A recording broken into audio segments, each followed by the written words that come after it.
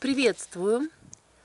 Применение медитации на симптоме поможет вам купировать признаки наступающей простуды или пройти ее в гораздо более легкой форме. Согласитесь, это очень шикарная возможность для того, чтобы поберечь свое здоровье. А также поможет перевести сухой, не отхаркивающийся кашель в кашель, который в более влажный, отхаркивающийся, а затем и вовсе излечиться. Важный комментарий. Эта методика дополнительная к рекомендациям врачей, но при постоянной практике к услугам врачей вы будете обращаться меньше и лекарств потребуется тоже меньше. Итак, сам прием. Всякий раз, когда вы ощущаете, что накатывает приступ кашля, вы не кашляете, как обычно, а расслабляетесь. Вы делаете паузу, прекращаете любые дела и все внимание переключаете на свое тело. Дыхание, как обычно, но луч внимания внутрь своего тела, в основном на накатывающий, как волна, симптом кашля. В том же положении тела, что вы находились, вы прикрываете глаза и все внимание на те спазмические накаты, которые и вызывают кашель. Но вы не кашляете, вы просто расслабляетесь, позволяя телу, железкам сокращаться и наблюдаете все эти метаморфозы. Обычно эти спазмы не очень приятны, хочется поскорее их выкашлять, и обычно мы так и делаем, не давая телу осознавания. Растягивая же восприятие ощущений, спазм будет расширяться, отдавая и в животе, и даже в промежности. Такое ощущение, что тело сворачивается в бараний рог. Позвольте этому происходить. Тело сожмется в спазме. Наблюдайте, как волна сжатия будет проходить внутри. Вы можете даже помочь своему телу движением. Согните плечи, сгорбитесь, чтобы полнее выдохнуть. Со стороны это будет выглядеть как бы странно, поэтому осваивайте этот прием наедине. Понаблюдайте, как набухает у вас внутри, спазмируется и перехватывает дыхание. Не бойтесь этого. Рассматривайте внутренним взором те железки, те структуры, которые будут сжиматься. Это позволит вам изучать свою анатомию изнутри. Позвольте до конца сжаться. Возможно, там будет пульсация. Возможно, возникнет рвотный рефлекс. Это был спазм в животе. Дальше возникают какие-то эмоции, неприятные. Как правило, это страх, удушье или какое-то отвращение. Можете замереть и не дышать несколько секунд. Позвольте этой волне на вашем расслаблении проходить. Следите, чтобы лицо, язык, горло были максимально расслаблены. У вас потекут слезы, сопли, начнется обильное слюноотделение. Это хорошо. Держите наготове салфетки. Не старайтесь контролировать спазм, просто наблюдайте. И наблюдайте свои эмоции. Пусть симптом идет до конца сам. Позвольте страху или любой другой эмоции проходить через вас вместе с этим спазмом. Переживите, ощутите эту эмоцию во всей полноте. Соприкоснитесь, поймите эти эмоции, стоящие за симптомами. Далее задайте себе вопрос примерно такой. А что на самом деле происходит? О чем мне хочет сказать этот симптом? Спросите себя, что на самом деле я хочу? Спросите прямо свой спазм или тот образ, который за ним привидится. Что на самом деле ты хочешь мне сказать? О чем этот кашель? Мысленно задайте себе этот вопрос. Почему это важно? Как правило, кашель – это невысказанные слова. В течение какого-то времени вы не отважились что-то говорить, высказывать свое мнение, отстаивать свои права.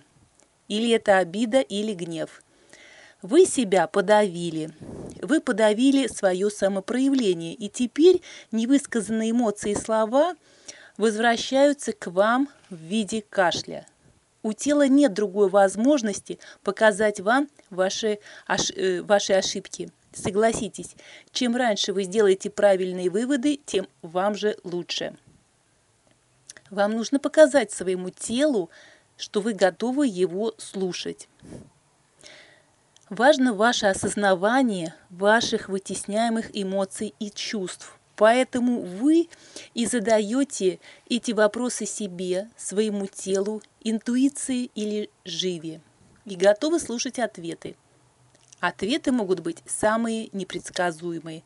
Но это ваша жизнь, вам с ней и разбираться. Ваше тело – это ваш учитель.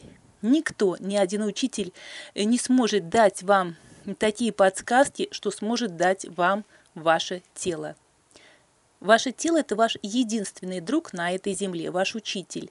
Мы через это учимся, проходим уроки на этой земле. Поэтому моя задача – научить вас слушать ваше тело и работать с симптомом кашля. Это самая легкая, самая действенная методика, потому что здесь спазм яркий, такой явный. На самом деле по подобной методике можно работать с любыми симптомами, и легче всего мы учимся на кашле. Занимает эта техника 1-2 минуты. Конечно, если вы просто прокашляетесь и все, кажется, что это быстрее. А это упражнение на 1-2 минуты дольше, но оно того стоит. Почему? Потому что происходит осознавание и есть возможность ощутить вытесненные эмоции, ощутить, где и как вам скорректировать свое отношение или свое поведение в реальной жизни. Чувствуете приближение кашля? Делаете паузу, расслабляетесь, позволяете волне идти через вас, слезам литься, а телу скручиваться. Наблюдаете, чтобы произошло осознание.